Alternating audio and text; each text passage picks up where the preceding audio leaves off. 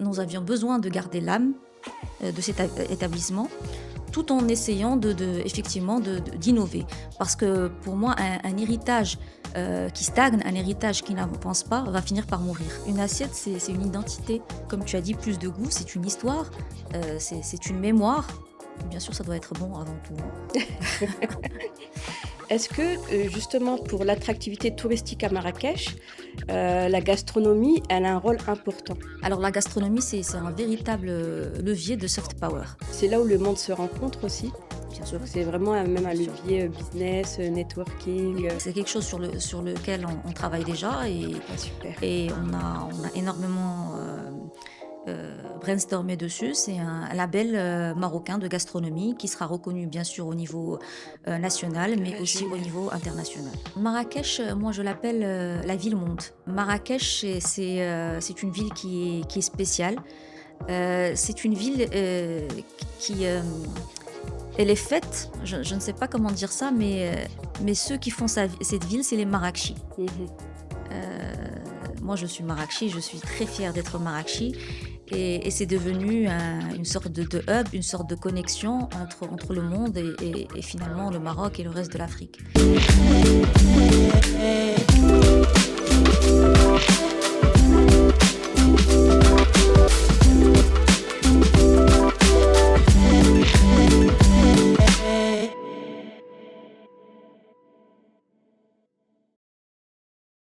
Elle dirige, elle structure, elle inspire. Mon invitée du jour, c'est une femme et c'est une femme de terrain et de vision. Entrepreneur multicasquette, figure du secteur touristique marocain, elle transforme les héritages en levier de croissance et elle incarne une nouvelle génération de leaders au féminin.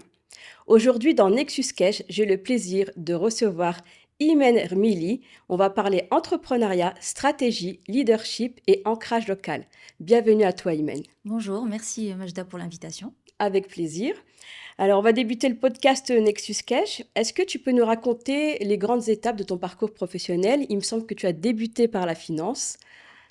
Alors, j'ai effectivement commencé mon parcours, on va dire, étudiant par la finance. Donc, j'ai fait des études de finance. C'est quelque chose de très encadré, réglementé, etc. Mais bon, ouais, j'ai vite compris que j'avais besoin de créer des projets où il y avait possibilité de créer une valeur tangible. Voilà. D'accord. Et ça, c'était en France, il me semble? Oui, Oui, alors j'ai d'accord. fait mes études en France, donc je suis Marrakchi, hein, je suis une Oui, pure Marrakchi, 100% Marrakchi, hein. ah, super. Je suis partie en France à l'âge de 17 ans, donc j'ai passé pratiquement 8 années en France, donc j'ai fait des études de finance, voilà. Et après, je suis rentrée en 2005 ou 2006, je ne sais plus, je suis rentrée à Marrakech. D'accord. Donc là, tu quittes Paris et il me semble que tu crées un centre de bien-être à Marrakech, c'est ça? Alors avant cela, en fait, je quitte Paris et je viens à Marrakech. Je travaille d'abord un petit peu avec mon père, D'accord. donc Allah yarhamou, Allah yarhamou. qui avait, ces restaurants-là mais je travaille un petit peu avec lui et ensuite je décide de me lancer seule. D'accord, Mmh. donc dans le secteur du bien-être, Dans c'est le ça? secteur du bien-être. OK, super. Et pourquoi ce choix alors de donc la finance, un petit peu de restauration et là on part vers le bien-être? Qu'est-ce qui t'a plu dans ce Alors moi, secteur? je suis quelqu'un qui n'est pas, limité en fait, je n'aime pas me limiter dans un métier. Oui, Je suis quelqu'un je suis assez libre, je suis une touche à tout. Je suis très, très curieuse, je suis de nature très curieuse et même, maintenant, à l'heure actuelle encore, j'apprends d'autres choses. oui, Donc voilà, le bien-être, c'était quelque chose de naturel. J'avais compris qu'il y avait un besoin ici à oui, Marrakech. ouais, Donc c'est j'ai vrai. quand même j'avais quand même je réfléchissais, business, donc j'avais compris qu'il y avait un réel besoin. C'était un centre d'amincissement, en fait. D'accord. Donc médicalisé et ma mère, est médecin, donc m'a effectivement un peu aidée. J'ai de la chance d'avoir été, aidée, par mes parents, à mes débuts. OK, Donc voilà, c'est pour ça que je me suis lancée dans ce secteur. super. Et il existe encore ce Oui, centre? Oui, OK, oui, oui, il super. existe encore, c'est mon Est-ce petit que tu peux bébé. dire le nom comme ça, si, certaines personnes peuvent être intéressées, pourquoi pas? Ça s'appelle Vita Diète, voilà. Vita Diet, Mmh, OK, mmh. super, merci Imen. Alors ensuite, est-ce que tu peux nous raconter, tu as travaillé un petit peu dans la restauration et comment t'es venue cette envie d'entreprendre, l'entrepreneuriat? Alors l'entrepreneuriat, en fait, comme j'ai dit, donc j'étais dans la finance, c'était vraiment, Cadré, c'était très structuré. cadré, structuré, donc c'était des journées où je pouvais finir à 21 heures. Mais après à Paris, il y avait une richesse culturelle aussi qui était Oui. intéressante, qui a un peu contrebalancé toutes les choses négatives, de la journée. Mais alors l'entrepreneuriat, c'est que j'ai eu ce besoin de liberté. Et je pense que l'entrepreneuriat est un chemin naturel vers la liberté. Donc voilà, j'y suis allée directement. Ouais, c'est l'une des plus belles valeurs, la liberté. Mm. Est-ce que tu te voyais déjà quand tu étais étudiante, plus jeune, entreprendre? Je ne me voyais pas entreprendre, mais comme je dis, c'est pratiquement la même réponse. Ouais, Je me voyais libre. d'accord, Voilà. OK. Et c'est vraiment cette recherche de liberté qui me pousse vers ce domaine-là. Bah, justement, là, on va parler de tout ce qui est, la liberté, d'entreprendre, mais entreprendre, ça endosse beaucoup Bien sûr. Oui, d'investissement, bien de sûr. sacrifices et de temps. Justement, tu gères toutes ces entités et comment est-ce que tu fais pour faire cohabiter toutes ces activités? Alors déjà, je ne suis pas seule. D'accord. Donc, les restaurants, ce sont des entreprises familiales. Donc, je suis avec mes sœurs et ma mère. OK. Donc, c'est très, très important pour moi, cette valeur familiale dans ces entreprises-là. C'est ce qui fait que j'aime encore plus entreprendre. Oui, Et puis, donc voilà, il faut savoir être plusieurs, il faut savoir déléguer, oui. et il faut savoir structurer et avoir des process qu'on met en place pour pouvoir se concentrer sur la stratégie. Ouais, exactement. Ah bah, Mm. super, donc c'est vraiment tout le process qui a été mis en place, c'est, un système de délégation, bien Bien organisé. organisé, oui. Et justement, qu'est-ce qui t'aide à garder le cap entre tous ces rôles? Ce qui m'aide à garder le cap, en fait, c'est ce que c'est ce que j'en tire, en fait, personnellement. Et en fait, moi, à chaque moment, je me dis, est-ce que qu'est-ce que j'apporte quand je fais ça? Qu'est-ce que ça m'apporte aussi? Mmh. Donc vraiment, c'est un métier qui me passionne, qui m'apporte du bonheur, même si c'est quelque chose qui est quand même au quotidien très difficile. Le Oui, bah, day to oui. day, c'est très compliqué dans la restauration et dans les métiers touristiques en Oui. général, surtout pour une femme. Mais voilà, ça, c'est une passion qui m'anime et qui me permet de bien gérer les choses et d'être à l'aise avec ce que je fais. Ouais, c'est vrai que les métiers de la restauration, on compte pas ses heures, et puis c'est pas Non, des heures de bureau, classiques. non, non. Donc, et justement, ça me permet de transitionner sur le rôle en tant que femme entrepreneur. Est-ce que tu ressens qu'il y a encore des freins dans cet univers? Oui, bien sûr. Oui.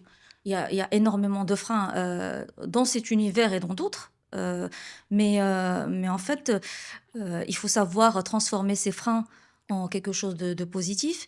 Et puis des fois, en fait, moi, quand on me dit dans telle ou telle réunion, tu es la seule femme, je prends ça positivement. Je dis, Mmh. c'est vrai. Bon, ça m'attriste évidemment, Oui, mais je me dis, c'est vrai, je suis la seule femme, mais c'est ce qui fait que je suis unique dans cette réunion et qu'on peut m'entendre un peu plus oui. et qu'on peut me voir un peu plus. Donc, je prends toujours le côté positif de la chose. D'accord, c'est une première étape. C'est une première Déjà, étape. voilà, il y a une femme, mais il y en aura Il y d'autres, en aura d'autres, prochainement. Inch'Allah, bien Ouais, sûr. inch'Allah. Là, on va parler justement sur la partie gastronomie, et la gastronomie comme un héritage, un levier, économique. Quand tu as repris la rôtisserie de la Paix et Dar Diafa, pardon, les établissements, familiaux, quel a été ton plus grand challenge? Parce qu'il fallait en même temps préserver cette âme, cet héritage et d'un autre côté proposer, de l'innovation. Comment tu as relevé ce challenge? Alors, encore une fois, c'est un challenge qu'on a relevé En en famille? famille, Mmh. avec mes sœurs et ma mère suite au décès de mon père, Allah yarhamou. Allah yarhamou. Et donc, on a repris ces établissements dans un chaos parce que c'était suite au Oui. Covid. Donc, c'était vraiment très compliqué. Les caisses étaient à sec. Il fallait réinvestir. Enfin, c'était le chaos total. Et notre besoin, nous avions besoin de garder l'âme de cet établissement, tout en essayant effectivement d'innover. Parce que pour moi, un héritage qui stagne, un héritage qui n'avance pas, va finir par mourir. Mmh. Donc à partir de là, on a essayé de travailler, mais voilà, en respectant ce qu'on avait entre les mains. Ah, mais super. Et est-ce que tu peux nous présenter les 2 établissements pour les personnes qui nous regardent et qui voudraient bien, voilà, Alors la Rôtisserie de la Paix, donc c'est un restaurant, qu'on appelle maintenant de père en fille, donc qui existe depuis, 46, 1946. Donc c'est l'un des premiers restaurants qui a ouvert ses portes à Marrakech. mmh. Donc c'est quasiment une institution ici. Et puis voilà, au fur et à mesure, nous avons développé la cuisine, nous avons développé les lieux, et cetera. C'est un restaurant où il y a un grand jardin, au plein centre-ville, Ah, super. où il y a quasiment plus de restaurants dans cette, de jardins en fait ouverts dans cette zone-là, parce que c'est une zone, immeuble. Oui, Donc nous, on a vraiment tenu à préserver ce c'est ouais. restaurant ici, ce jardin ici. C'est très, très, très important pour nous.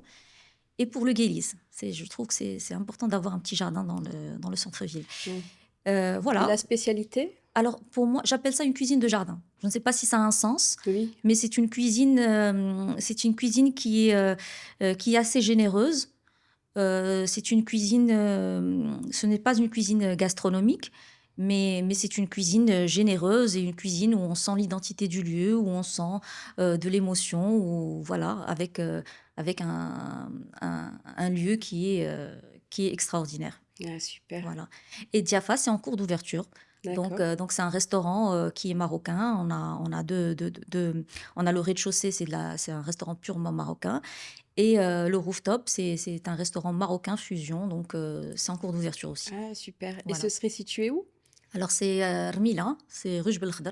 D'accord. Donc, d'ici octobre, Inch'Allah. OK. Ça demande beaucoup de. Donc soyez connectés octobre pour l'ouverture du restaurant, Inch'Allah. inch'Allah. On ira tous, Inch'Allah. pour l'inauguration, pour, en tout cas, même pour aller manger même par la suite, Bien avec sûr. plaisir. Et est-ce que tu peux nous expliquer un petit peu, vu que voilà, tu as baigné comme dans cet univers de la restauration, comment est-ce qu'une assiette, elle peut transmettre selon toi, au-delà du goût et de l'aspect gustatif, est-ce que c'est un acte culturel, un acte, identitaire? Bien sûr.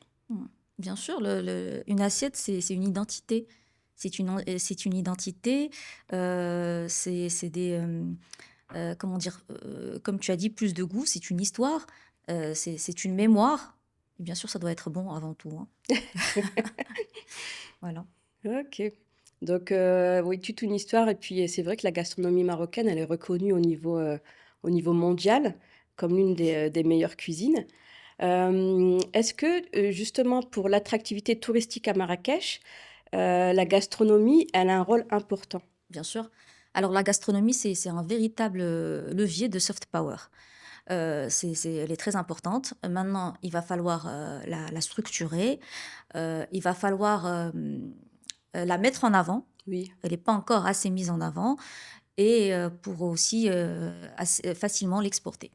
OK, super et puis, beh, c'est là où le monde se rencontre aussi. Bien Donc sûr, c'est vraiment même un bien sûr. levier, business, networking, Oui, oui, bien sûr, c'est là dans les c'est le restaurants, c'est partage. là que tout se fait, Exactement. Est-ce que, souvent on parle de professionnalisation du métier, du secteur. Quelles sont les urgences, pour faire évoluer la restauration, marocaine en termes d'image, d'innovation, de structuration? Formation, formation, formation. D'acc Ensuite, je dirais, mettre à niveau les structures, au niveau de la restauration.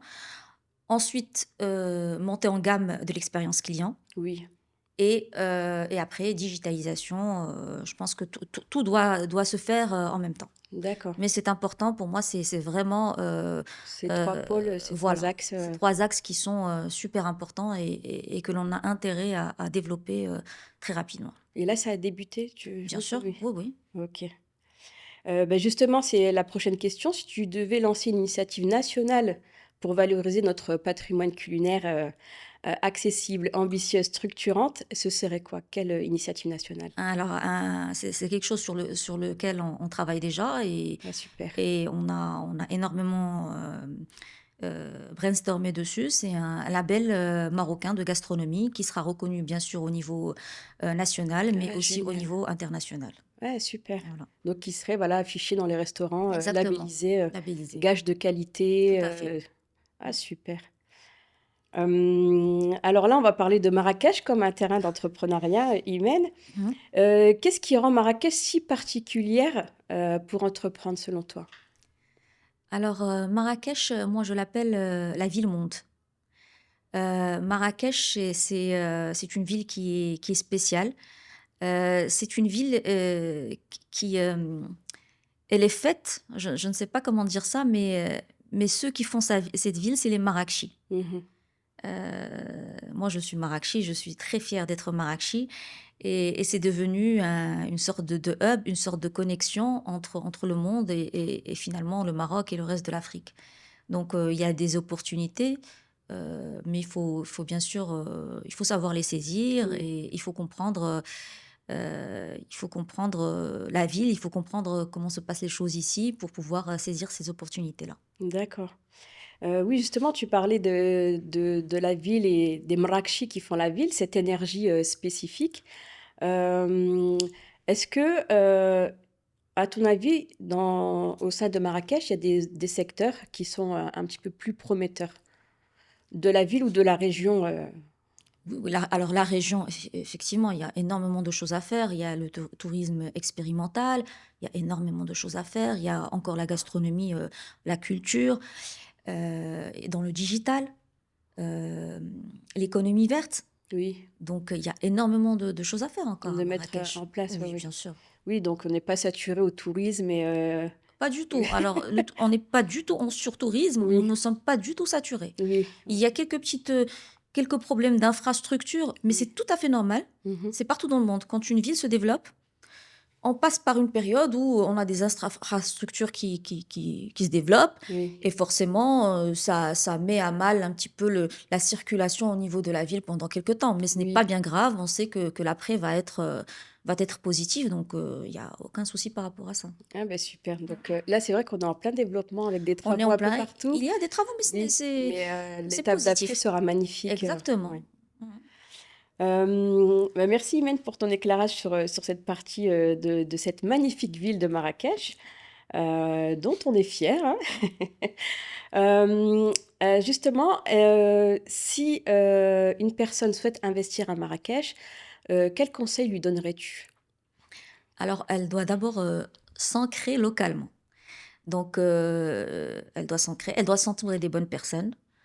Dès son arrivée, par exemple, vous voulez ouvrir un restaurant, vous voulez ouvrir un hôtel, se rapprocher des associations, locales Mmh.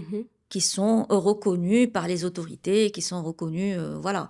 Donc, vraiment, faire les choses de manière professionnelle et bien s'entourer, pour moi, c'est important, c'est le réseau, c'est D'accord, l'entourage. mais il faut d'abord s'immerger pour bien comprendre le Il faut d'abord marché. s'immerger, il faut respecter la Ouais, la ville dans laquelle on est. oui. Il faut respecter son histoire, il faut respecter, les personnes qui vivent ici et les comprendre aussi Mmh. Avoir les bons contacts, et avoir les bons voilà, contacts. créer donc c'est plutôt des associations professionnelles, Oui, ce pour type moi, de c'est très d'association, important et ouais. c'est beaucoup plus simple. Les gens n'y pensent pas forcément Oui, c'est vrai. et ils ne pensent pas que l'on a, des associations, c'est vrai qu'il n'y en avait pas, mais ça s'est développé maintenant et Oui, tout. On a des associations qui sont très sérieuses, donc oui, en plus par secteur métier, par secteur métier et donc il y a cetera. juste à aller toquer à la porte de Tout à l'asso fait. et Juste et Google. créer son Vous réseau, ouais. googlez, le nom de l'association, vous la trouvez, vous appelez. Pour la partie, justement, on va parler de ton rôle qui est super important, pour fédérer, structurer et représenter. Tu es la présidente de la Fédération nationale des restaurants touristiques. Il me semble que tu étais, présidente régionale et là, tu as été élue au niveau national. Les 2. Les 2. Oui. D'accord.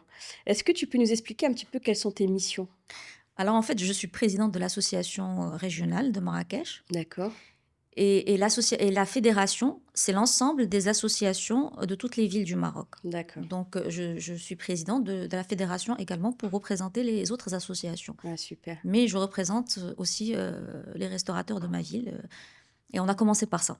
Donc, d'ailleurs, c'est grâce aux restaurateurs de Marrakech qu'on a pu remettre à niveau cette association. Et voilà, c'est grâce à cette camaraderie qu'on a créée ensemble, c'est grâce maintenant, nous sommes devenus carrément des amis parce que Oui, on se retrouve finalement dans nos récits, on se retrouve dans nos challenges, on se retrouve dans nos défis. oui, Donc l'association et la fédération, donc son but, c'est vraiment de fédérer, c'est de défendre, c'est de donner une voix et des outils aux professionnels, aux oui. restaurants. D'accord, donc Voilà. les former, professionnaliser le Oui, métier, et puis, beh, ce label aussi, Inch'Allah. qui arrive. Justement, quel est ton plus gros chantier actuellement? Vous en avez parlé, c'est la professionnalisation du secteur. D'accord, Donc, bah, c'est c'est les le 3, c'est formation, montée en gamme, de l'expérience, mise à niveau des structures, au niveau, quand je dis mise à niveau, c'est au niveau de l'hygiène, au niveau du service, au oui, niveau vraiment, oui, oui, le c'est service un ensemble. clientèle, Oui, l'expérience client, tout, tout, tout. super. Et justement, est-ce que, il me semble que tu es la première femme à être élue, au sein de la fédération. Mmh. Est-ce que tu arrives à faire bouger les lignes en tant que femme? Oui, oui, parce que, j'ai quand même, nous sommes un pays, on a quand même pas mal de femmes ministres aussi Oui. et la ministre du tourisme est une femme. Mmh. Donc c'est vrai que, grâce à elle, on a pu aussi, avancer plus rapidement. C'est la première qui nous a reçus en tant que fédération. Ah super. Donc elle nous a aidés et on est maintenant intégrés dans tout tout Dans les tout vraiment, discussions, dans toutes les discussions oui. qui concernent le tourisme. C'est-à-dire jamais avant, la restauration n'a été intégrée. Ah C'est la d'accord, première fois que la restauration est intégrée dans tous les programmes, qui existent au Maroc, concernant le tourisme. et pourtant c'est un secteur majeur, hein, dans le dans le C'est un tourisme. secteur majeur qui Oui, n'avait pas de voix. d'accord. Donc là, D'où oui, d'où désormais elle en a l'importance une. de la représentation et d'où l'importance des associations et des fédérations. OK. En plus, il me semble que tu as été élue à l'unanimité? Oui? Oui, en même temps, il n'y avait pas beaucoup d'associations. Ce n'était pas très dur, je l'avoue. Alors là, on va parler justement de ton rôle en tant que, voilà, de transmettre, de créer un impact pour les nouvelles générations. Tu as lancé un projet de mentorat, les inspiratrices marocaines. Est-ce que tu peux nous en dire un mot? Alors les inspiratrices marocaines, en fait, j'avais commencé, je n'ai pas eu le temps de le faire De comme, de poursuivre? poursuivre Oui. comme je voulais le faire, faute de temps parce que j'ai les restaurants, j'ai aussi ma famille. Oui, oui, Je suis maman, donc il faut savoir jongler entre tous ces ces rôles, différents, oui. entre tous ces rôles. Mmh. Et voilà, et pour moi, la chose la plus importante reste mon rôle de maman. Oui, Voilà, effectivement, j'ai commencé un petit peu dans cette espèce de projet de mentorat. Peut-être que j'y reviendrai après. oui. Mais tu Mais proposes des ateliers, non, de temps à autre, En fait, pas vraiment. Là, pour l'instant, en fait, je n'ai pas, au début, je l'avais fait de manière, individuelle et Oui, cetera. Mais maintenant, je travaille beaucoup plus avec des associations qui sont déjà existantes, d'accord. qui viennent en aide, aux femmes, soit dans les zones rurales et cetera, et je les accompagne. Donc OK. j'aide de cette manière-là. Ah super. Mmh. Et est-ce que tu peux nous expliquer un petit peu quelle est l'erreur que tu vois très souvent chez les, jeunes entrepreneurs dans la restauration? C'est de vouloir aller trop vite. Oui, C'est de vouloir aller trop vite. Hem, de pas avoir de de ne stratégie, En fait, il faut savoir que l'exigence ne se bâcle pas. Mmh. Donc on ne peut pas, sortir d'une école de commerce ou d'une école, et venir me voir et me dire: «Je suis manager, je veux être manager». Non, tu ne peux pas. Si tu n'as pas, vécu toutes les étapes, Oui, surtout dans les métiers du tourisme, c'est des métiers qui sont de terrain. J'ai toujours dit que dans les métiers du tourisme, c'est des métiers qui doivent être, appris en alternance. d'accord. C'est des métiers d'alternance, 2 jours école, 3 jours travail ou quelque Oui, chose comme ça. Pour moi, c'est très pour important. être sur le terrain et Pour être sur comprendre C'est des métiers vraiment, de terrain. l'humain, L'humain, moi, je oui, suis passée, j'ai fait la planche, j'ai fait le service, j'ai tout fait, oui, hein, et c'est grâce à ça, c'est vrai que j'étais pas contente à l'époque, mais c'est grâce à ça, d'abord, j'ai eu mon argent de poche à l'époque et deuxième chose, c'est grâce à ça pour que comprendre le qu'on fonctionnement comprend d'un le fonctionnement. restaurant, complet, oui. Tu ne peux pas venir devant un chef de rang et lui expliquer quelque chose que tu ne sais pas ou que tu n'as jamais pratiqué. Mmh. Il va le savoir forcément, donc je me sentirais mal à l'aise de le faire. Oui, Mmh. d'accord. Donc expérience d'abord, expérimentée et ensuite lancer sa propre structure. Oui, D'accord. oui. Et justement, on parlait des femmes tout à l'heure, des jeunes femmes. Est-ce que tu penses qu'on les forme suffisamment à entreprendre? Alors je pense qu'entreprendre, c'est pas question de former les femmes ou former les hommes. Je pense qu'on forme pas assez les jeunes. D'accord. Heu et je pense qu'entreprendre, ne vient pas forcément par une formation, c'est aussi par une éducation. Oui, C'est aussi par, c'est aussi par, par des gens qu'on rencontre, par des gens qu'on admire et c'est ce qui nous donne envie d'entreprendre. d'accord. Après la formation effectivement, elle joue un rôle, mais c'est pas, C'est pas le c'est plus pas in fine, important, le ouais. c'est pas ce qui nous permet d'entreprendre plus tard. D'accord, donc c'est l'éducation, puis une partie réseau, il faut côtoyer des personnes, qui entreprennent, il Oui. faut avoir un mindset, Il faut avoir pour un ça. mindset, il faut aimer l'humain, il faut aimer les challenges. Tout le monde n'est pas fait pour entreprendre, Oui, hein. oui, oui. Il y a des gens qui sont excellents, mais ce sera toujours d'excellents, salariés, Mmh. et c'est très bien comme ça. Mmh. Zama, ils sont très bien dans leur rôle et chacun est très bien dans son rôle tant Oui. il est content Il est de sa épanoui, il est oui. épanoui, Ouais. c'est parfait. Ouais, parce que c'est vrai que le rôle d'entrepreneur, c'est pas linéaire. Heu, Non, et puis on associe souvent, attention, on associe souvent entreprendre avec réussite. oui, justement, c'est ce que j'allais dire, c'est Pas parfois du on est tout. là, parfois on est là, Oui, pas du tout, vraiment parfois il y a pas des du tout. revenus, parfois il y en a pas, donc Exactement. À la fin de chaque mois, on doit payer, les les salariés charges, et nous, on se paye en dernier. En oui, général, on se paye pas, les oui, premières années. exactement. Entreprendre, c'est pas forcément C'est pas un long fleuve c'est pas le tranquille. Graal, hein. C'est ça. C'est Faut avoir un mindset très solide. exactement, oui, oui. Beh, justement, Imen, est-ce que tu peux donner un conseil à ceux qui souhaitent, se lancer mais qui n'osent pas? Alors, si vous souhaitez vous lancer, il faut vous lancer, vous ne pourrez jamais être sûr de vous à 100%. Oui, Vous allez apprendre en chemin et puis les échecs, c'est un apprentissage parce qu'il y en aura. Il y en a qui ont de la chance, qui réussissent, directement, mais mmh, c'est très c'est rare. très rare, oui. Donc vous aurez sûrement des échecs et à force d'avoir des échecs, mais après, je ne sais pas ce que c'est la réussite, ce que chacun considère comme étant la Oui, réussite. Certains, c'est avoir de l'argent, certains, c'est être épanoui, certains, c'est avoir un projet du qui réseau. l'anime, oui, Voilà, chacun a une réussite qui est différente. oui, Donc, je souhaite à chacun d'obtenir la sienne. OK. Alors Imen, on va passer à une partie un peu plus, ludique. C'est la partie quiz. Heu, alors c'est, 10 questions et il faudrait que tu répondes du tac au tac, Ok. dans la mesure du possible, hein. Si tu veux une phrase, Ok. c'est pas forcément obligatoire que ce soit en un mot. Un plat marocain que tu aimerais faire découvrir au monde entier? À moi, la tangia, Tu parce déjà que c'est un plat marrakchi. oui. Voilà. Et ma fille préfère la tangia au McDo. Ça, V pour moi, c'est une vraie marrakchia. c'est une vraie marrakchia. Ton arme secrète en gestion d'équipe? L'écoute, Tu es plutôt sucré ou salé? les deux. Les 2. Bah oui, en tant que marocaine, Les deux. on a des plats où, les 2 sont alliés. Une femme marocaine qui t'inspire? Ma mère, Un plat qui te représente en business? le couscous. علاش parce que c'est الروينة, tu as les légumes et en même temps, c'est le partage. Oui. C'est Oui, ça. non, mais en même temps organisé. Organiser, partage, moi, c'est surtout la notion de partage que j'adore. OK, super. Ton lieu ressource à Marrakech? Moi, dès que j'ai un jardin, j'entends de l'eau, une fontaine ou quoi que ce soit, des oiseaux, un petit bouquin, je suis heureuse. OK, super. Et est-ce que tu peux nous en donner quelques-uns à Marrakech?